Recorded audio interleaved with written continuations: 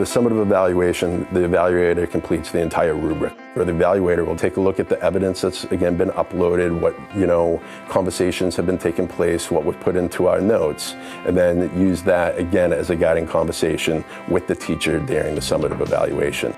Given the comprehensive nature of performance rubrics, evaluators review evidence from a wide range of sources when preparing for a summative evaluation, including observations, artifacts, multiple measures of student learning, and student or staff feedback. Even though we do a lot of observations, we interact with teachers a lot, it is almost impossible to capture all the elements of the education evaluation rubric because it's so extensive.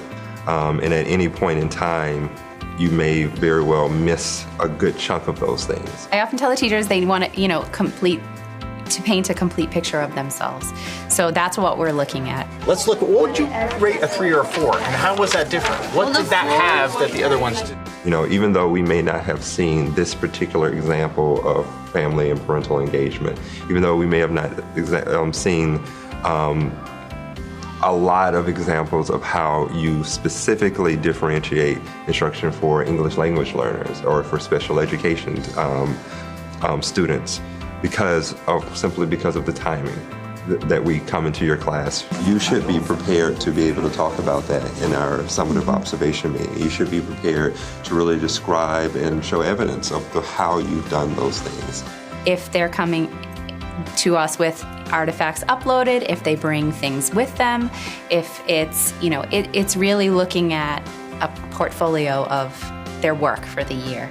And then approaching the summative as sort of that culminating thing. Over the course of the year, this is what we've seen.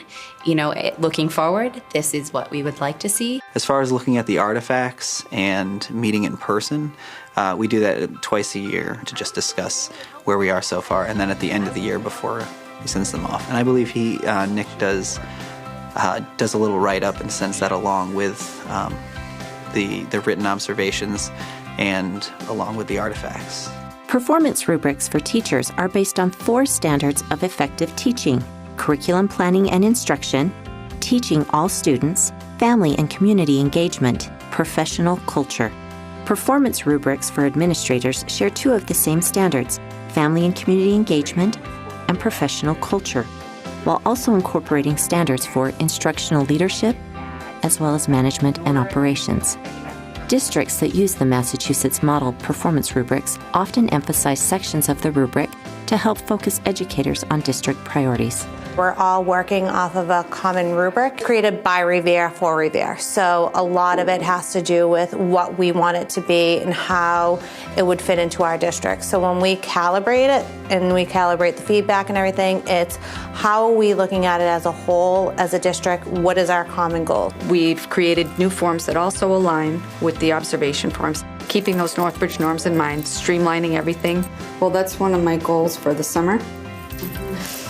Is to try to get us at least some skeleton rubrics for all those ancillary positions that, again, so that we have that in the reference, a rubric for everybody, something that they can look at that are aligned with our norms, that are aligned with our district goals, that are specific to us. So taking a goal, its artifacts, its reflection process, its outcomes, and having those available for people to look at.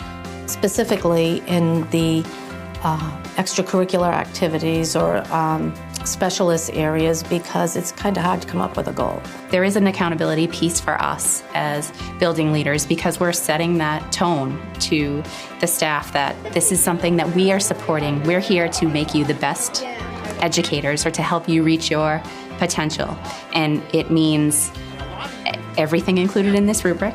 And it's so much more than everything included in this rubric. I'm seeing less trepidation on the part of educators, and I see every year this becomes more routinized and becomes more the way that we're able to support teachers over time.